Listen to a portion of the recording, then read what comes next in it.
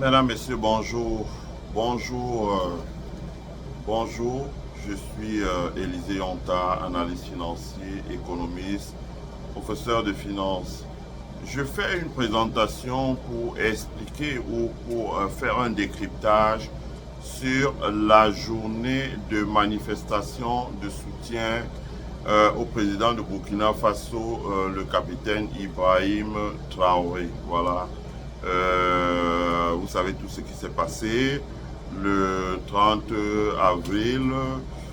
Donc déjà lors de ce qu'on appelle un hearing, ça veut dire que l'Amérique, c'est une démocratie. Voilà. Et lorsque vous êtes nommé dans certains corps, dans certaines hautes fonctions, votre nomination doit être confirmée au Sénat. Voilà, c'est comme ça aux États-Unis. Donc vous passez devant les sénateurs. D'abord, les sénateurs vous demandent si vous n'avez rien à cacher, qui ne serait connu d'eux. Et en plus, ils vous posent des questions par rapport à votre métier. Ils peuvent même vous poser des questions, par exemple, s'ils ont des doutes, s'ils ont des informations sur votre background qui ne serait pas bien. Et ils vous posent des questions. Et suite à ça, ils décident si oui ou non il faudrait qu'ils vous gardent. Donc, les sénateurs américains se sont exprimés et ont procédé donc à valider la candidature du général Langlais qui est le commandant de Africom. Donc il faut rappeler qu'Africom c'est une structure qui centralise tous les aspects sécuritaires des États-Unis en termes de renseignement, en termes de prévention, de sécurité, etc. Collecte les informations, la surveillance, etc. Je prends un exemple. Vous avez des gens qui font partie de la drogue en Amérique latine sur des rapides. C'est des navires rapides. Ils traversent tout l'océan. Ils arrivent sur les côtes africaines et ça traverse le continent africain pour se retrouver au Moyen-Orient, par exemple. Donc, les gens d'Africom ont des choses qu'ils recherchent et puis ils gèrent aussi tous les exercices militaires entre les États-Unis, le renforcement des capacités entre l'armée américaine et les armées africaines. Il y a beaucoup de choses. Donc, c'est tellement large. Je ne peux pas aller dans tout là. Mais donc, à ce titre-là, le patron d'Africom doit se rendre tous les ans au Sénat, aux États-Unis, pour ce qu'on appelle un hearing. Ça veut dire que les sénateurs ont rendez-vous avec lui, ils ont des questions à lui poser sur la conduite des opérations, l'actualité, les menaces, etc. Et sur les notes qu'il envoie donc à sa hiérarchie, qui est le Pentagone. Donc au cours de ces hearings, donc cette audience publique, il y a un sénateur qui a donc posé la question un peu, il s'est arrêté un peu sur les États du Sahel. Et donc le général Langley, qui est le patron d'Africom, a donc eu une sortie où il indexait le capitaine Ibrahim Traoré en disant que le capitaine Ibrahim Traoré, voilà, dépensait l'essentiel de l'argent qui était consacré à cet argent qui était consacré à comment je peux dire ça? Disons cet argent qui était consacré normalement au développement du pays et que cet argent était consacré non l'or dans les relations entre la Chine et le Burkina Faso il y aurait des irrégularités et ce qui a un peu choqué, bon ça on s'en fout un peu avec la Chine, mais ce qui a un peu choqué, moi j'ai suivi un peu, c'est là où il affirme que les relations entre les États, c'est que Ibrahim Traoré serait à la tête d'un clan qui utilise toutes les ressources en or pour la satisfaction de ses propres besoins. Alors, pour ceux qui suivent l'actualité, d'où l'importance de la communication, d'où l'importance des directs que nous faisons comme ça. Et c'est bien, parce que les gens de l'AES eux-mêmes, ils apprécient ça à sa juste valeur. Donc, du coup, tous les gens qui aimeraient comme nous que l'AES réussisse, qui aimeraient que la paix et la sécurité reviennent dans ces endroits-là et que tout se passe bien. Donc ils sont sortis donc pour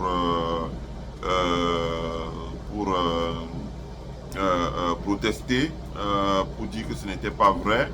et pour apporter tout leur soutien au capitaine Ibrahim Traoré. Donc ils ont marché partout dans le monde. Bon. Avant de dire ce que je pense, j'aimerais d'abord vous faire écouter une bande sonore qui va durer 4 minutes. C'est un reportage d'une journaliste africaine qui travaille pour un média turc. C'est important, TKT, je crois. Et donc, qui a fait une bande sonore. Et dans la bande sonore, j'espère que je la retrouve là. Traoré, dont la cote de popularité ne cesse de grandir à travers le monde. Nous avons tous vu les récentes manifestations de soutien au président burkinabé. Mais pourquoi bénéficie-t-il d'un tel capital sympathie? On va ensemble jeter un coup d'œil sur les réalisations du capitaine Ibrahim Traoré au Burkina Faso depuis qu'il est arrivé au pouvoir en septembre 2022. Cela fait bientôt 3 ans. En matière de développement des ressources minières et naturelles, la nationalisation des mines d'or de Bungu et de Wagnon pour un montant d'environ 90 millions de dollars et le lancement de la première raffinerie d'or du Burkina Faso. L'or est le premier produit d'exportation du pays. En 2022, le Burkina a enregistré une production industrielle d'un peu plus de 57 600 tonnes. Celle artisanale était estimée à 457 kg. De sources gouvernementales, cette production artisanale est passée à plus de 8 tonnes d'or en 2024 pour atteindre 11 tonnes au premier trimestre 2025. Ibrahim Traoré prévoit la nationalisation d'autres mines d'or. Le résultat attendu est d'obtenir une grande part des revenus générés de l'exploitation des mines du Burkina Faso. S'agissant des ressources naturelles, plus particulièrement du coton, Ibrahim Traoré a initié en 2024 la mise en place d'un hub d'appui à la transformation artisanale afin de renforcer la capacité des producteurs en tissage, lissage et teinture du coton et coupe-couture. Installé sur une superficie de 10 hectares, il a une capacité de 100 apprenants. Le centre devrait accueillir ses premiers apprenants d'ici la fin d'année. Le Burkina Faso est le 3e producteur de coton en Afrique pour la campagne 2023-2024, selon les chiffres communiqués par le programme régional de production intégrée du coton. De sources gouvernementales, la production pour la campagne agricole 2024-2025 s'est établie à près de 287 tonnes, soit une baisse de 26% par rapport à la campagne précédente. Toujours dans la filière agricole, de nombreux projets ont été réalisés, l'appui aux agriculteurs, la construction des routes. Il y a aussi l'inauguration de l'usine de transformation de tomates locales à Bobo Dioulasso. Cette usine va assurer la transformation de 100 tonnes de tomates par jour. La banque postale du Burkina Faso installée en 2024 devrait par ailleurs permettre, selon les autorités du pays, de faciliter l'accès des populations, même les plus vulnérables, aux services bancaires avec des procédures bien plus simplifiées. Autre fait, l'extension de l'aéroport de Bobo Dioulasso et l'appui du gouvernement à la relance de Air Burkina. 2. La promotion du Faso d'Anfani et d'autres tissus identités du Burkina Faso. Ibrahim Traoré a mis en place une mesure visant à encourager le port du Faso d'Anfani. Désormais, ce tissu, symbole du pays des hommes intègres, est adopté au sein des ministères, écoles et appareils judiciaires étatiques. 3. Dans le domaine de la santé, au nombre des initiatives entreprises figure la mise à la disposition de la population une clinique mobile à travers toutes les régions du pays. Ceci au bénéfice surtout des femmes pour la prévention et le traitement de certains cancers selon les autorités. Point 4. Qu'en est-il de la sécurité? C'est là la question épineuse, mais le gouvernement rassure que bien des avancées ont été enregistrées permettant la libération de plusieurs localités des mains des terroristes, même si beaucoup reste à faire. Quant à l'organisation des élections, l'on n'en est pas encore là au Burkina. L'urgence sécuritaire, le repositionnement géopolitique du pays ainsi que sa libération des impérialistes semblent être la priorité du président Ibrahim Traoré et de son gouvernement. Le plus jeune chef d'État au monde a mis fin aux accords militaires français et américains ainsi que rompu des accords économiques compromettants. Par son pragmatisme, il force l'admiration des panafricanistes qui lui ont renouvelé leur soutien le mercredi 30 avril. En réponse à cette mobilisation à travers le monde, le capitaine Ibrahim Traoré répond « Jamais nous ne courberons l'échine face à l'adversité. Ensemble et solidaires, nous triompherons de l'impérialisme et du néocolonialisme pour une Afrique libre, digne et souveraine. » Voilà. Je m'arrête là. Je veux pas là. Ça dure plus longtemps. Donc, vous avez écouté la bande sonore. Je voulais faire aussi un hommage, un coucou au formidable travail qu'est en train d'abattre cette journaliste. C'est important qu'on ait plusieurs médias et plusieurs sources d'informations. Hein. C'est pas... Et donc, on fait aussi leur promotion un peu. C'est TRT Africa en français. Voilà. Il y a TRT en Hausa, en Swahili, etc., etc. Donc, c'est bien qu'il y ait la compétition comme ça au niveau des médias. Ça fait que les gens qui ne sont pas sérieux peuvent disparaître le plus rapidement possible et nous laisser avancer. Voilà, il y a la compétition, c'est bien. Donc, elle a tout dit, hein, en fin de compte. Je veux dire que...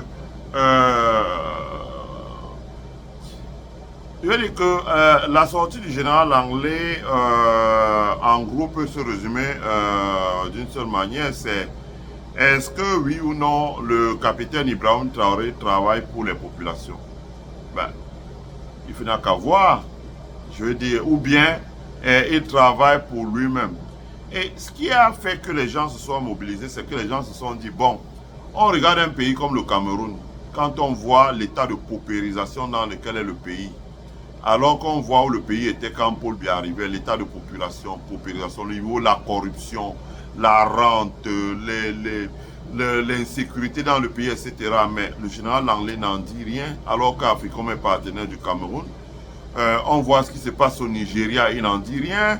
On voit ce qui se passe dans les pays comme la RDC, il n'en dit rien. Les gens se sont dit, mais attendez, est-ce que ou bien c'est les yeux du général à voir vraiment pour qu'il aille chercher une aiguille dans une botte de foin ou chercher les pouces sur la tête du capitaine Ibrahim Traoré? Ça a amené les gens à s'interpeller en se disant, bon, il doit y avoir autre chose à passer si ce n'est que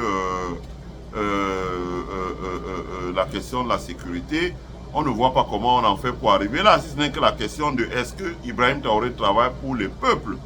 Et donc, en allant gratter un peu, on regarde le bilan d'Ibrahim Traoré, après 2 ans, parle pour lui et son administration. Le bilan parle pour eux. Vous pouvez voir comment eux, ils ont réussi à développer, d'abord, ramener la sécurité. Quand il arrive au pouvoir, il avait un pays qui ne tenait plus que sur 20% de son territoire. Aujourd'hui, le pays tient à peu près sur 80% de son territoire. Ça veut dire qu'ils ont reconquis 60% de leur territoire. Ils l'ont sécurisé. Ils ont ramené les populations à l'intérieur de ce territoire-là. Il y a encore des zones où ils font face à des difficultés comme l'est du Burkina Faso. Et ils sont en train de travailler. Il faut équiper leur armée, il faut les entraîner. Comme il dit lui-même, ça prend du temps. Deuxièmement, ils ont ramené les populations dans les villages. Ça, il faut le dire. Les populations avaient fui, étaient partis en ville, s'étaient entassés en ville. Il les a ramenés dans les villages. Et quand vous ne pouvez pas ramener les gens qui ont tout perdu dans les villages et les laisser comme ça, il a relancé l'agriculture en donnant les intrants agricoles, les engrais, les produits phytosanitaires, les semences aux personnes pour lancer l'agriculture.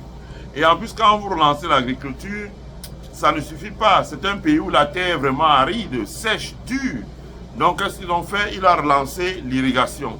Après avoir relancé l'irrigation, ils ont acquis des engins pour commencer, donc d'abord pour faire l'irrigation, ils ont acquis des engins maintenant pour construire des routes. Ils ont mis un bras d'honneur à la propriété dans Ouagadougou et Bobo-Dioulasso, les 2 plus grandes villes du pays. Vous pouvez voir des tonnes de vidéos, comment les gens travaillent à mettre la propriété, l'hygiène, tout ça à Ouagadougou, à Bobo-Dioulasso, donc la propriété, etc. Il a relancé la construction de l'immobilier de bureaux en centre-ville. Ils ont utilisé l'actionnariat populaire pour financer le développement de l'industrie, voilà, communautaire, si on peut dire. Et on a vu déjà 4 usines sorties de terre, donc face aux tomates, une autre usine de transformation de tomates, la noix de karité, etc., etc. Donc il a fait. Et maintenant, il est en train de travailler, donc progressivement, j'oubliais, il y a le direct qui existe sur notre chaîne. Ils ont relancé la banque postale, ils l'ont recapitalisé, ils ont modernisé son système de travail. Et la banque postale aujourd'hui peut être celle qui délivre les finances et les projets en question et soutient les projets en question. Ça va permettre rapidement de réduire les inégalités. Il a relancé très fortement le secteur agricole. Je veux dire qu'on peut énumérer comme ça des tonnes. Il a créé la demande donc, sur le coton. Il s'est attaqué à la transformation du coton en créant un centre de production de vêtements 100% coton où les militaires, les gendarmes, bref, tous les corps en tenue, la police, etc., il a imposé le port dans la magistrature face aux Damfani.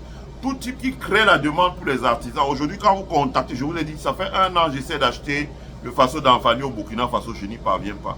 Je ne fais qu'envoyer les messages, etc. Parce que je présume que les gens sur place, ils doivent avoir beaucoup de commandes, etc. Ils doivent avoir beaucoup de commandes. À partir du moment où les fonctionnaires doivent s'habiller, etc., etc. Et ça permet, donc, et joignant l'acte à la parole, il a créé un centre de formation, parce que c'est la formation, il faut former les hommes, de formation des hommes pour la production du Faso Damfani au Burkina Faso. Donc, vous voyez, il y a énormément de choses qui sont faites au niveau de l'administration du capitaine Ibrahim Traoré. Donc, dans ce contexte-là, pour une équipe qui est jeune, on n'a pas compris, les gens n'ont pas trop compris pourquoi le général, le patron d'Africom s'en prend au capitaine Ibrahim Traoré, alors que je peux vous garantir qu'il y a bien des États en Afrique où les gens souffrent et qui sont gérés par des gens qui sont des dictateurs et qui ont des relations avec Africom et que voilà, on ne voit pas. On a essayé de chercher un peu. Moi, j'ai peut-être regardé une vidéo où il y avait des Burkinabés qui disaient que oui, il ne faut pas que leur armée aille participer aux manœuvres qui aura lieu sur le territoire de Côte d'Ivoire et que ce serait peut-être ça qui aurait fâché le général pour qu'il tienne des propos comme ça là, etc. Je n'ai pas d'évidence. Ça, c'est la parole de la personne. La personne qui a parlé n'a pas montré, n'a pas apporté une preuve matérielle. Donc, on ne peut pas considérer ça comme étant, disons, une vérité, je ne vais pas dire vérité vraie, mais je veux dire, voilà, donc, on se dit que la raison doit être ailleurs. Donc, passant par là, vous savez, quand vous avez quelqu'un qui arrive à la tête d'un pays et qui commence à travailler en 2 ans et que les résultats sont là, quand vous vous en prenez à lui, la population aujourd'hui, l'information circule vite avec les réseaux sociaux. D'ailleurs, ce sont les Américains qui ont commencé ça. Avec les réseaux sociaux. Et donc, les gens ont souhaité sortir dans la rue pour pouvoir dire ou faire comprendre leur voix. Je pense que ça, c'est un point. Deuxième point aussi, tout est possible. Il est possible que le général Langley, qui avait dit, été interrogé au Congrès, on lui avait dit, what do you teach them, General? Il a dit, we teach them our core value. Core value, ça veut dire nos valeurs essentielles. Ça veut dire que les valeurs d'éthique, les valeurs d'intégrité, les valeurs de travail, de résilience, etc. C'est ce qu'on apprend à l'armée. Quand vous allez ici à l'armée, c'est ce qu'on apprend. D'ailleurs, je l'ai souvent dit ici, la plupart des leaders américains aux États-Unis dans les affaires, dans la société civile, tout ça, ce sont des gens qui sont passés par l'armée. Si vous regardez vous allez sur la fondation du général Collins Powell, Alliance Promise, vous allez voir tout le travail que les gens comme les Collins Powell avec l'armée américaine ont fait pour combattre l'illettrisme et l'analphabétisme aux États-Unis. Hein, donc, notamment chez les cowboys. Quand on était petit, on célébrait le cowboy. Hey, cowboy! Oh, c'était les puissants de Marlboro.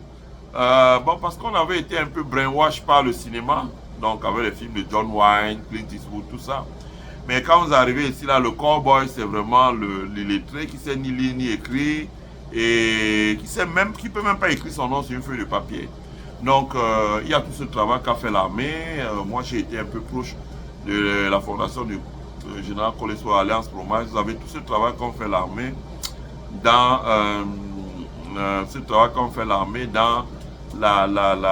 l'éducation, donc la combattre l'illettrisme, l'analphabétisme, etc. Et faire de ces cowboys, leur apprendre un métier, donc, etc. etc. Donc, c'est ce qu'on appelle les core values. Et donc, quelque part, je me suis dit, c'est qu'une hypothèse, je ne dis pas que c'est le cas, que l'anglais aussi, pressé par les sénateurs, peut vouloir dire, bon, si je dis que Ibrahim Traoré est bon, on peut même me soupçonner d'être passé à la caisse. Mais ce que je vais faire, je vais dire que vraiment il est si, et on va voir la réaction des gens. Et la réaction des gens, des populations, de la jeunesse surtout, va parler pour Ibrahim Traoré. Donc cette réaction dans le monde entier a été unanime. Les gens leur ont apporté leur soutien. Et aujourd'hui, ça ne fait plus l'ombre d'aucun doute. Aux États-Unis, tout le monde a vu. En Afrique, tout le monde a vu. En Europe, tout le monde a vu.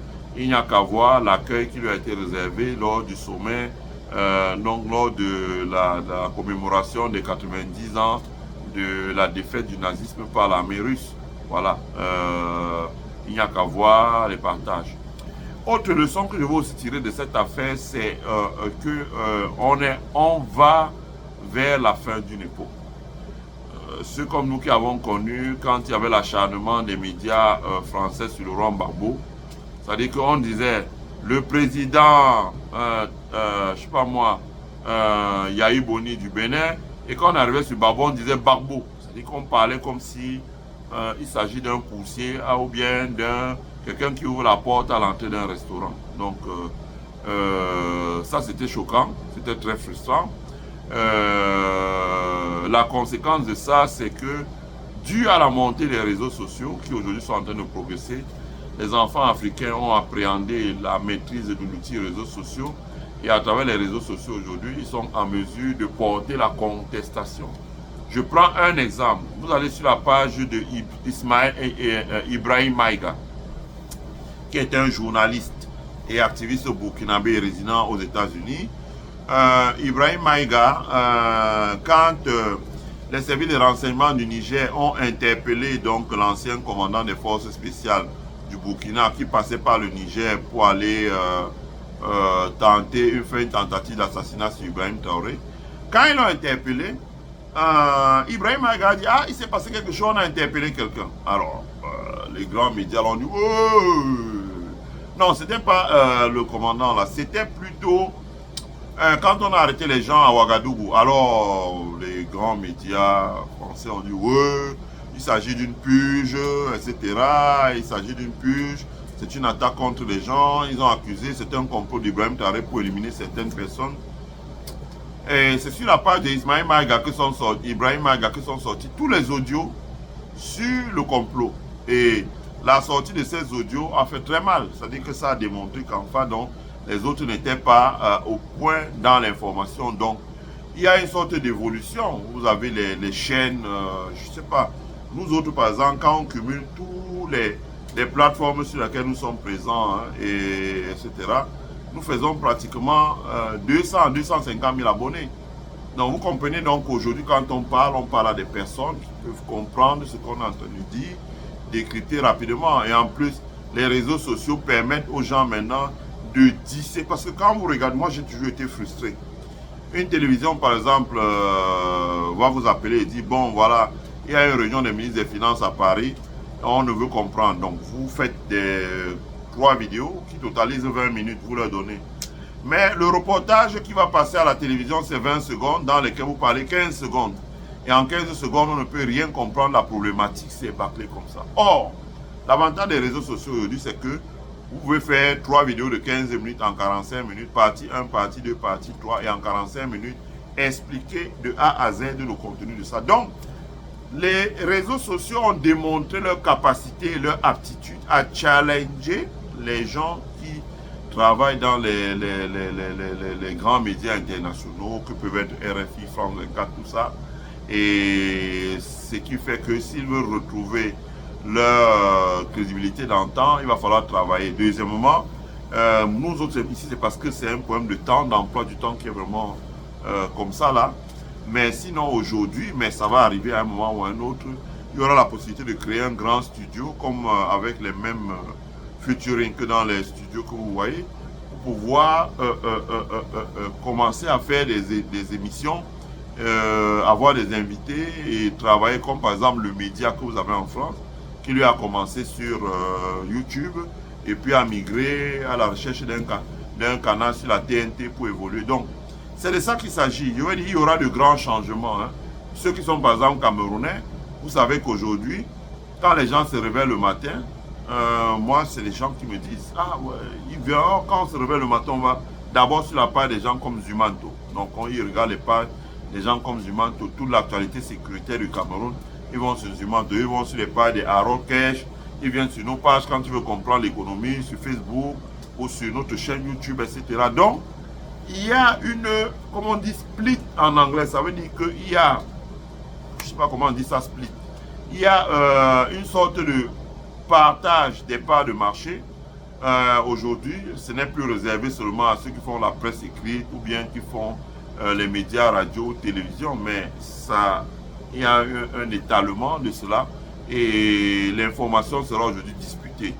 Deuxièmement, ça a démontré que le travail que des activistes, les Suleiman Kone Babo, les Maïga et d'autres font sur l'AES, ce travail-là sur TikTok, sur Facebook, sur Fanbase, sur Instagram, sur WhatsApp, Telegram, tout ça, ce travail-là commence à porter ses fruits en termes d'information, de meilleure information de nos populations. Voilà. Et comme je vous avais dit, nous ici, là, nous soutenons les gens de l'AES. On aimerait qu'ils réussissent. Parce que s'ils réussissent, ça montre qu'une autre voie est possible. Celui qui parle, c'est quelqu'un qui connaît bien le monde. Hein, nous, on a commencé à faire des choses en 1986. On était encore à l'école primaire. Donc, 86 à aujourd'hui, vous voyez que 40 ans sont passés. Donc, non, on peut dire qu'on a quand même atteint l'âge où on peut parler de certaines choses avec autorité. Donc, beaucoup de courage au capitaine Ibrahim Traoré. La journée, on a fait la vidéo un peu tard parce que comme je vous ai dit la semaine dernière et toute la semaine, on a été pris par l'Assemblée générale de Berkshire Hathaway.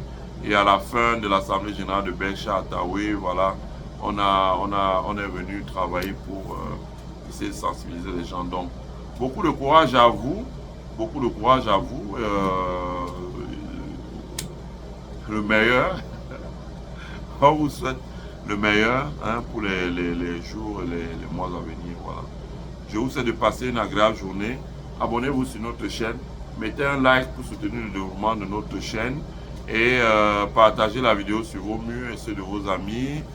Souscrivez au membership pour soutenir le développement de notre chaîne. Je vous souhaite à tous et à toutes de passer une agréable semaine. Bye.